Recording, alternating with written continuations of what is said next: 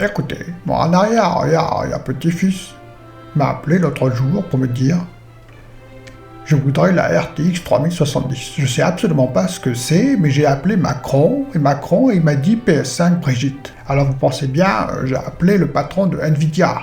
Bon allez les nazes, un ex-président m'a appelé. Il se prend pour le roi du monde, mais on s'en fout, il veut une RTX 3070. Alors vous allez vous sortir les doigts d'où je pense et vous allez m'en trouver une. Allez, vous allez me fouiller les stocks là. Boss, on en a plus aucune. Elles sont où nos 100 cartes fabriquées? On en avait fait 100. Dites-moi pas qu'elles ont été vendues. Il reste plus une seule, boss. Finito, épuisé. Bon, tu me coupes cette musique de naze. C'est pas possible, j'ai la poisse. Il va falloir encore que j'invente une excuse bidon. Et un truc de dément. Tiens, une RTX 3080 Ti, un truc pour les youtubeurs.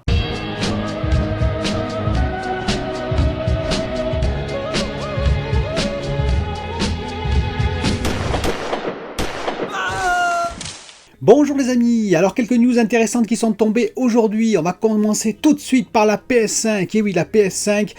J'ai vu, alors d'ailleurs il y avait une petite rumeur qui disait le contraire. J'ai dit à quelques abonnés qui m'avaient reporté ça, attendons, soyons patients, évitons de propager les rumeurs. Comme quoi, évidemment, la PS5 serait retardée à la livraison, vous savez, en France, dû au confinement. Donc il y avait quelques abonnés, et je pense que vous étiez même nombreux, un peu à vous affoler face à cette rumeur.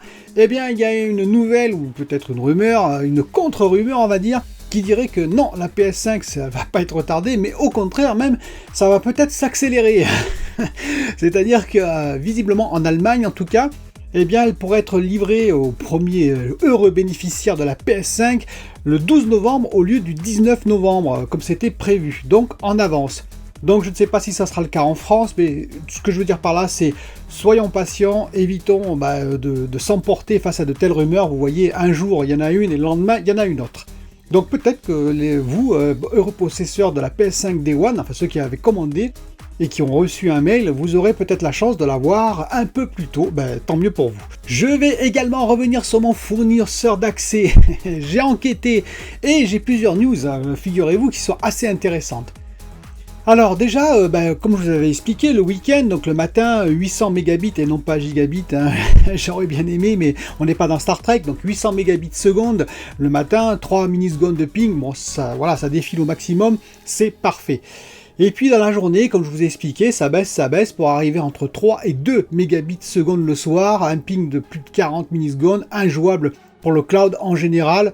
Alors certains m'ont reproché d'avoir mis en avant tout le cloud en disant eh oui mais tu parles de GeoForce et puis tu mets tout le cloud dans le même sac. Non, c'est pas le cloud qui est visiblement responsable, c'est mon FAI, hein, mon fournisseur d'accès d'internet, hein, je le dis tout de suite. Mais si on n'a pas on va dire le débit suffisant, le cloud ça marche pas, point final, même en fibre. Donc, je me suis renseigné, etc. J'ai essayé d'enquêter, de voir un peu.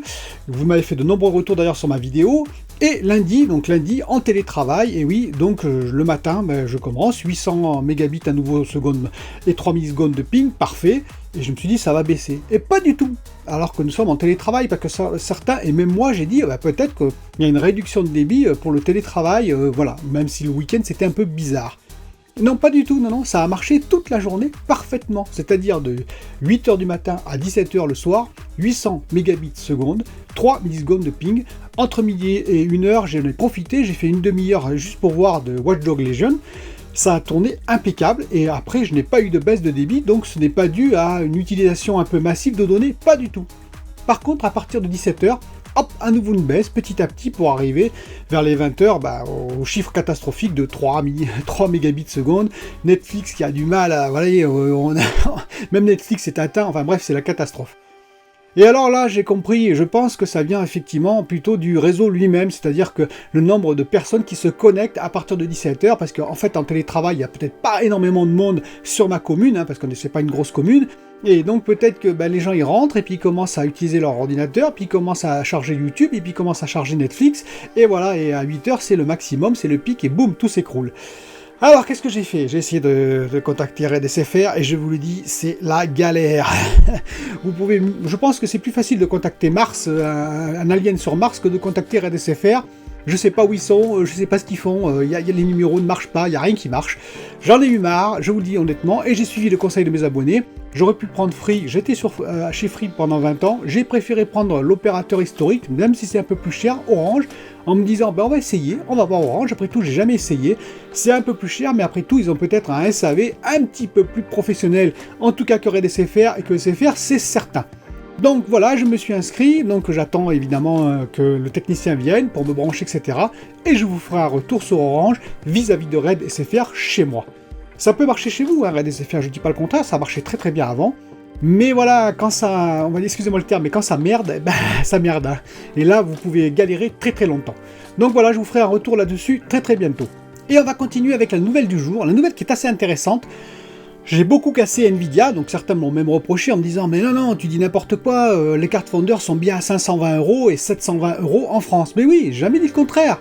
Le seul problème, c'est que vous n'en trouvez pas des cartes à 520 et 720 €. Je tiens à le préciser. Donc vous trouvez des cartes à 650 € par an pour la RTX 3070 et à plus de 800, 900, 1000 € pour la RTX 3080. C'est ça que je reproche. C'est parce qu'il n'y a pas de cartes de la part, on va dire, de Nvidia qui sont fournies en tant que fondeur, eh bien, il y en a d'autres qui s'amusent à faire n'importe quoi en prix. Voilà ce que je reproche. S'il y avait du volume, il n'y aurait pas de ces prix-là. Ce serait effectivement au prix fondeur. Il y aurait quelques cartes avec un petit peu plus cher parce qu'elles auraient 2 ou 3 trucs de plus, un peu d'overclocking, etc. Mais ce ne serait pas à 1000 €.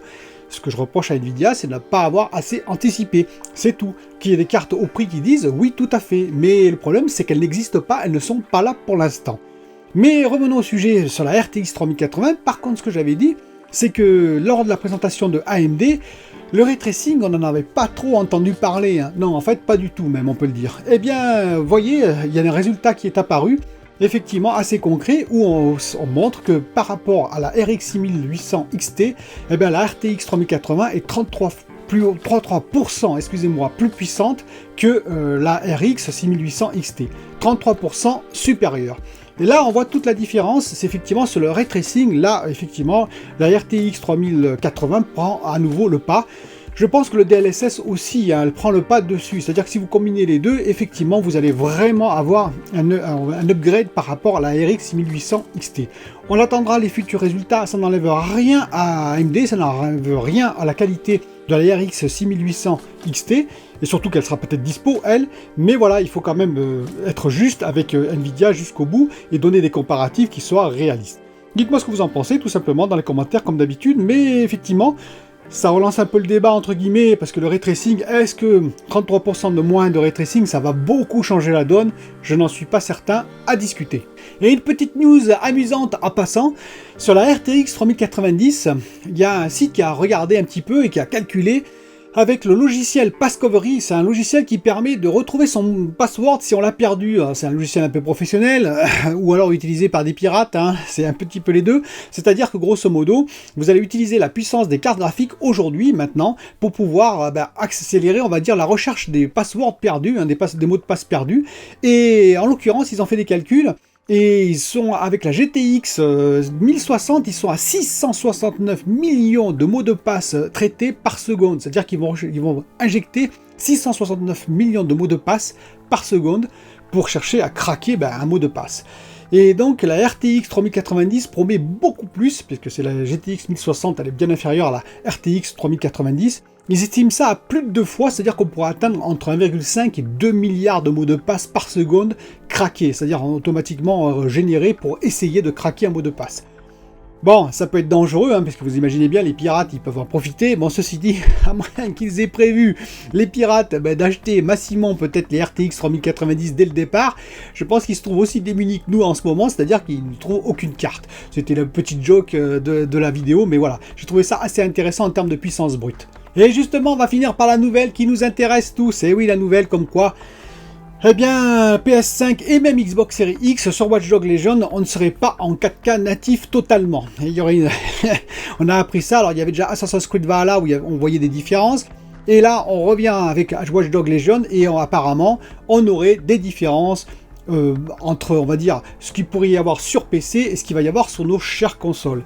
Grosso modo, ce qui est dit, c'est que sur console, sur Xbox Series X, on atteint le 4K natif, mais on ne le tient pas. C'est-à-dire que de temps en temps, ça baisse.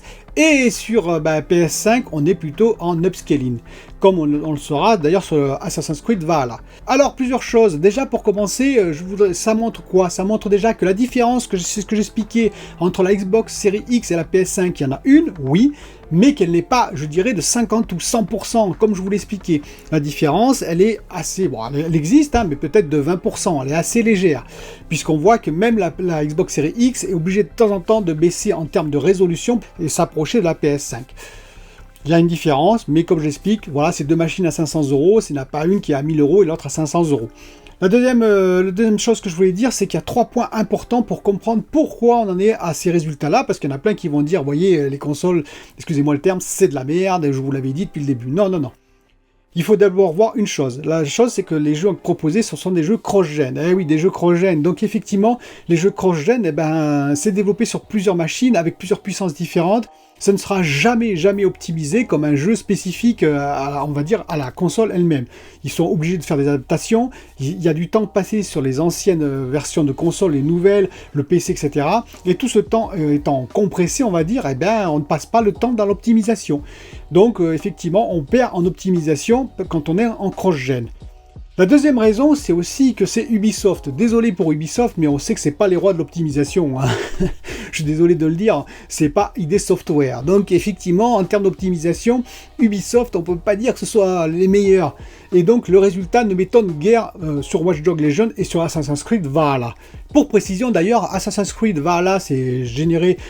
Enfin, c'est fait sur le moteur Anvil, hein, qui est porté depuis très très longtemps, et c'est Disrupt pour Watch Dogs Legion, c'est également le moteur qui est utilisé depuis le premier Watch Dogs.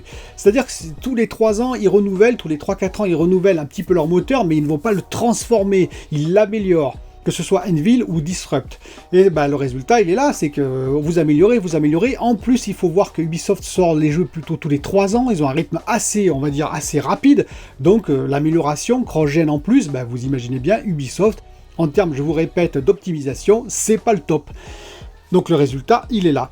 Et le dernier point, c'est le plus important sans doute, c'est que la méconnaissance des machines. Les machines viennent de sortir, l'équipe de développement vient de sortir, ils sont aussi bien PS5 que Xbox Series X, ils sont arrivés dans les, on va dire, dans les développeurs, chez les développeurs, et donc il faut que les développeurs appréhendent toute la machine, apprennent petit à petit ce qu'ils peuvent faire avec, et toutes les subtilités de chaque machine pour en tirer le meilleur, pour en tirer le plein potentiel. Ça viendra dans les années futures, ça ne peut pas venir en quelques mois seulement. Donc 4K, pas 60 FPS, ok pour l'instant, mais je vous le dis, dans 2-3 ans, on en rediscutera. Alors peut-être que non, peut-être que oui, peut-être qu'effectivement, petit à petit, ils gratteront. ID Software sera là, par exemple, côté Xbox, je vous rappelle que c'est un studio qui a été racheté par Xbox pour améliorer tout ça. On va voir si effectivement, avec toutes les optimisations possibles, on n'arriverait pas du 4K 60 FPS. Ray tracing complet, on en discutera par contre. Je vous parle sans ray tracing complet, on en discutera. Mais en tout cas, en 4K 60 FPS, moi je pense et je maintiens que c'est possible, je pense, même pour les deux machines. Voilà, cette vidéo est terminée. Bon, on approche doucement et tranquillement des 10 000 abonnés. J'espère les atteindre bientôt, hein, peut-être dans le mois, ou je dirais début décembre, on verra. Et en tout cas, c'est grâce à vous et je tenais encore à vous remercier de me suivre, de me soutenir. Et je vous dis à bientôt pour une autre vidéo.